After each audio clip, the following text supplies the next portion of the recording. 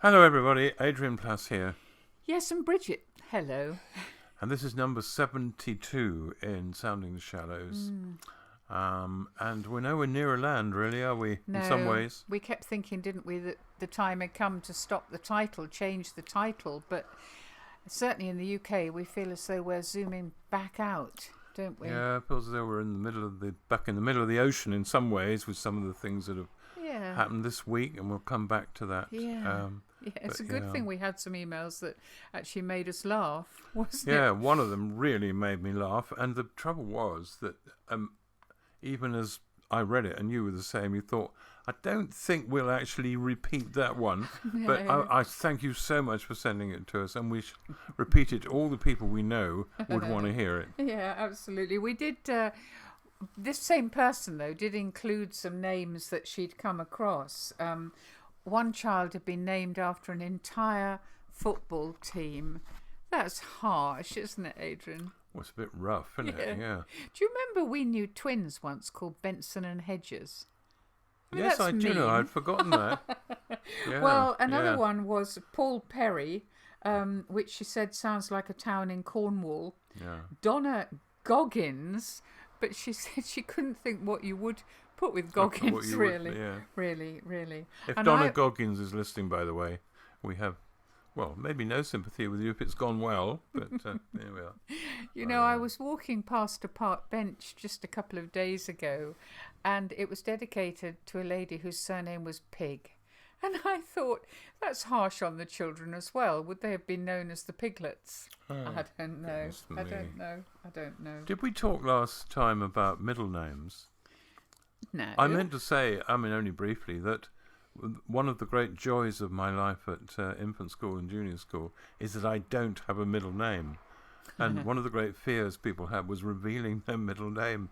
So I meant to mention that. I'm interested to hear if other people have secret middle names they've never Well, you let would out. have been called something very strange. I was going to be called Adrian Munsey Plass. And as a small boy, I thought, oh, thank you, God, even then, for letting me off that. But we also had a couple of emails about tattoos, because, you know, we were talking about tattoos the other day, and somebody said about her friend who decided because she lived in Lancashire, she would have a little Pendle witch, which was fine until she went into hospital and then thought, what on earth are the doctors going to think about me? But we had a lovely one today about somebody who thought they would like to have a tattoo, and she'd like to have a little bee on each knee, so she could have the bee's knees. oh my goodness, that's She quite a hasn't lot done of it yet. trouble to go to for that particular point, Yes, isn't it? and having to wait until somebody actually asks you why you have bees on your knees, and actually have to expose your knees so people could see. I think we could I think go life on could forever. get quite complicated there. Yeah. Anyway, interesting. Yeah, it was good to have something to laugh at, though, wasn't it? It's Yes, fun. it was. It wasn't good what happened this week, was it? Well, it was Far from horrible. it.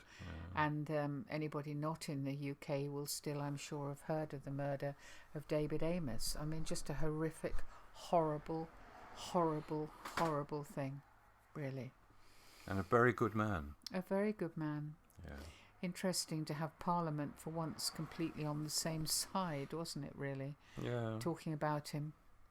And one thing that I suppose was rather nice in the middle of all of it, apart, you know, it was good hearing all these good things, but was comfortable talking about him being a Catholic, comfortable talking about his faith being really important, without it being an insult, without it being something that sort of dumbed him down, but something that clearly inspired a lot of things. It was very lovely, wasn't it? The way people talked about it. It was a very difficult story to hear, wasn't it?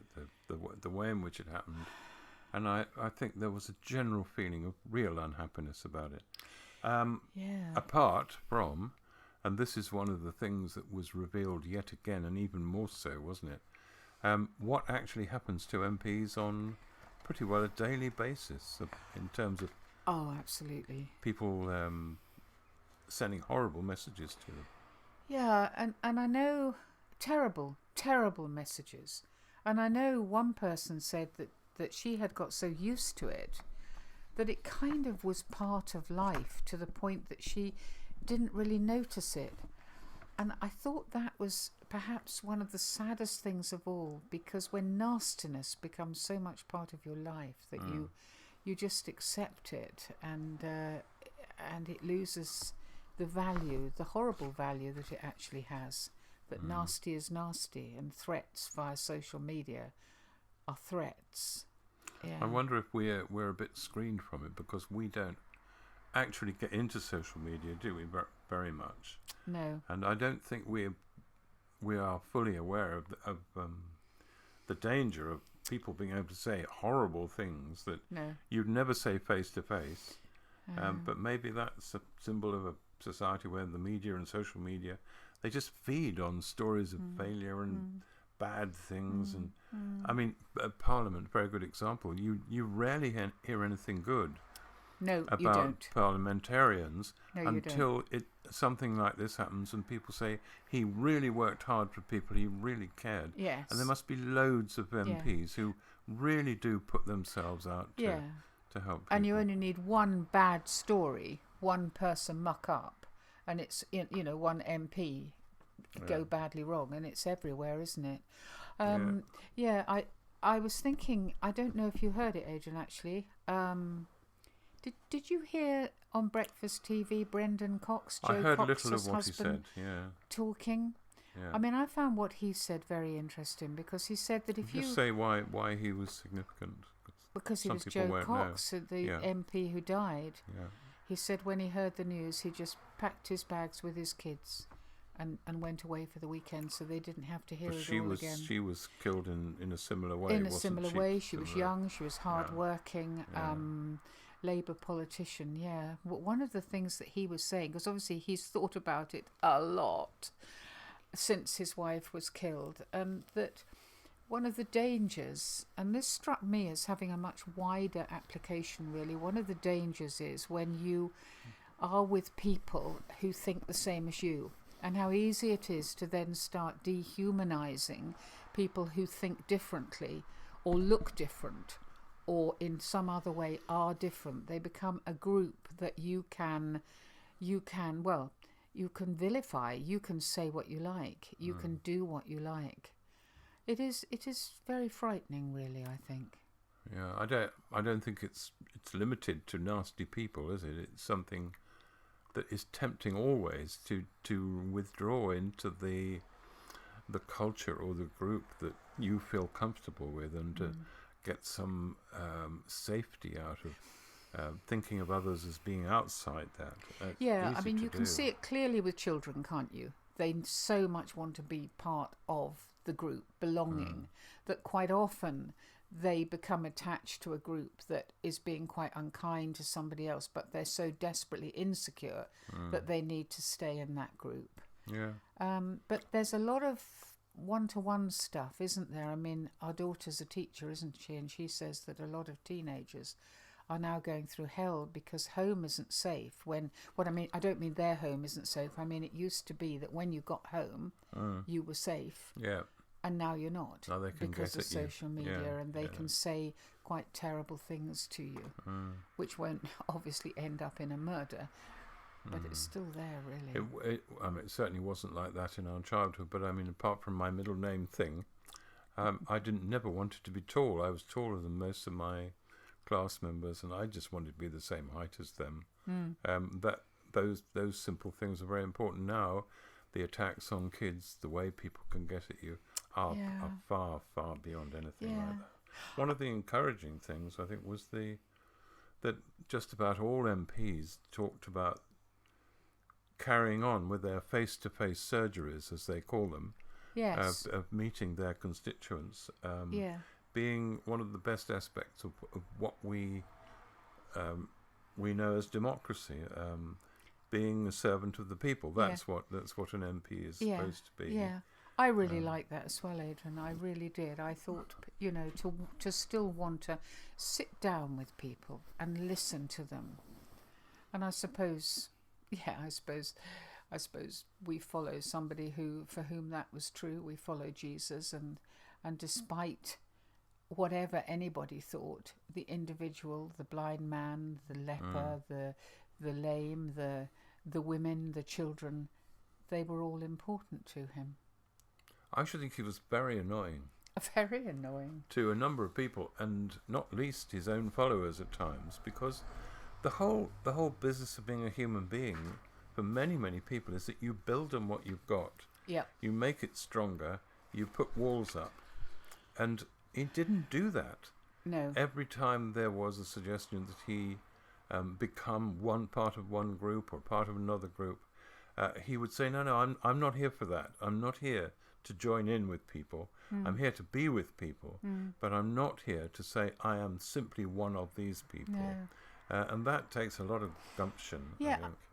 Interestingly, Adrian, we had an email, it was a couple of weeks ago, I think, but she was talking about the major revival, charismatic revival, and how big it got and how it almost ran away with itself. And she says she was thinking about revival, and she said the greatest revival of all was the Methodist revival.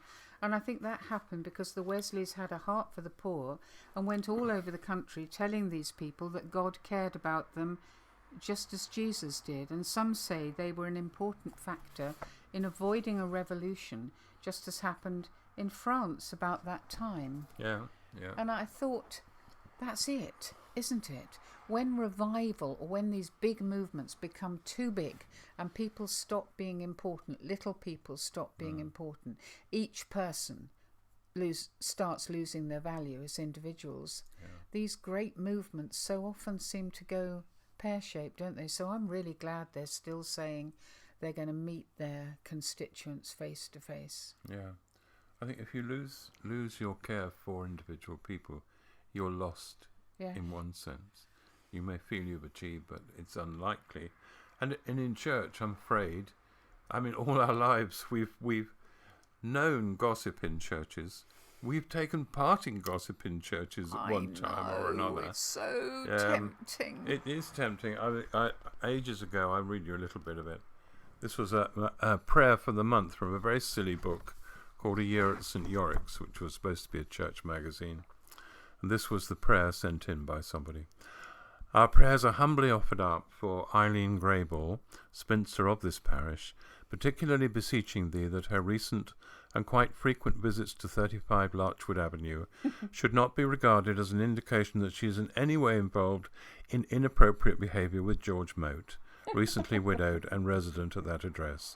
Lord, vouchsafe it that it may become clear to those neighbours who have observed that she sometimes fails to leave until the early morning, that there could be any number of excellent reasons for such apparently suggestive behaviour on the part of thine servant, and so on and so on. Oh my goodness. Well, it's obviously more subtle than that, but it can be really serious. I mean, we had friends, didn't we, who faced most unexpected it wasn't gossip, was it? attack. It was actual verbal and very significant attack. It was a vicar and his wife who'd moved somewhere, and the first job, very difficult job they had to do, was close the church. And they got threats. Their children were threatened. They were. Yeah, it was anonymous, didn't they? Over the closure of the absolutely, church. Absolutely, yeah. What was it? We knew somebody once, didn't we, who had a particular take on gossip. Well, it was he's long gone now to sit with the angels and whatever, but he was a gossip expert. He loved it, and it was very difficult to resist it because he would arrive in a room and he'd sit down and he'd look around like, kind of as though checking there were no eavesdroppers. Right. And then he'd say, just between the... And then he'd count us. He'd say, just between the 9 of us or the 8 of us or the 3 of us. Do you know what's going on up in the office at the man? And you'd be drawn into this. And he was so good at finding it. How he found it all the time, I don't know. But you get into it so easily. And the thing that we've often said to people about gossip, certainly in the church, is that it's fun. This is the trouble. It's not that you're resisting something you don't want to do on the whole. No. It's so easy to do it, and all sorts of on all sorts of levels. And we were talking the other day, weren't we, about married couples like us, where some married couples say, I only repeat things to my wife or my husband if I have permission to do. We, on the whole, do tell each other pretty well everything, don't we? But well, that creates a barrier for us, but not everybody's got somebody they can trust to tell things to, and therefore it's very hard. I do understand that. You want to be part of a little club of some sort, don't you? You want to belong, maybe. I don't know. Yeah, but I think there are exceptions to even in a close relationship. Because I realised a while ago that I was saying things to you about people that were negative, that didn't need to be said. And I think there was, excuse me, there was a little bit of me that was quite enjoying passing it on. And I thought, you're just going to have to button your mouth and not indulge yourself in that way. So and you have, haven't you? I've done my best. Yeah, I'm sure I fail at times, but I don't want to do that. It's back to the one by one thing, isn't it? We were saying about conversion being one by one, or these MPs dealing with people one by one and not wanting to lose that. And the one is often ourselves, isn't it? We are the one by one, yes, really. Yeah. I think. But we've encountered it in all sorts of places, haven't we? Well, I mean, what about the dance? The dance. Yeah. Well, the truth is that, I don't really want to say too much about it. All to say that maybe I tried to stay in a room with a group of people for as long as possible, simply because I knew that when I went out of the room, on the basis of every other conversation I overheard there, they would then be talking about me. I don't know. They're not big crimes, but they can have a devastating effect. And that decision that you're going to do something about yourself, we must parallel everything that's happened with the other thing that's happened this week, which is the Earthshot Prize and all the positivity that came with that, and saying that just like there was the moon shot and they had 10 years to get a man on the moon, this was 10 years to change the planet, to try to hang on to the planet and to change hearts and minds, and amazing projects that have been done really not in order to get a prize, but just individuals passionately finding a way to change their little bit of the problem. How many were there in that programme? I thought, was it? Well, there were 5 categories, and there were 3 finalists. So there were lots of other projects, but there were 15 finalists. Yes, absolutely, and they range from a whole city like Milan and a whole country like Costa Rica to an individual girl who'd put a solar panel on her little ironing sort of cart to take round the streets so she could iron people's clothes and use solar power. And I don't know, I think what struck me so much is that it is possible. It is possible to change individually, one by one. If we can save a planet, is it possible for us to, in 10 years, change a culture? I don't know. I tell you what struck me was that these things, people have been working on them for years, and perhaps because they're not quite as dramatic in terms of news as other things, I don't remember hearing about most of them. No. But it was so good to have things that were good, and that were going to do good. Yeah. And people may say, you talked about 10 years changing things. I mean, people might say, I can do nothing to contribute to that. But I think just in the case of this gossip thing, let's say, which is small in one sense. And actually, I remember our church leader once saying, I want everybody to think about gossip. And he's right. It's got to be, but the only way it will happen is when you are about to open your mouth, or I am about to open my mouth, we don't, and say something with a little bit of relish or a little bit of indulgence about somebody else, we say, no, I'm not going to do that. And actually, I remember a while ago, we decided, didn't we, that when people said something negative about somebody, we would straight away say something positive about them. And I think we've forgotten that. Whether that worked or not, I'm not quite sure. I know we check our emails. I know we check our messages individually, I mean, just to make sure that little bit of spite or that little bit of something that isn't quite right, it is entirely up to us It all is. individually, isn't it? It is. Well, I'm going to keep my ears and eyes open still, and I know you are, and I hope people listening will just every now and then think, no, I won't say that. I won't do that. Maybe it'll take a bit longer than 10 years to change everything. A bit optimistic, but let's have a go. Worth a try. Yeah. Okay. So we'll see you next week. I hope you have this week has some good things in it. Absolutely. We'll see you next week. Bye-bye. Bye.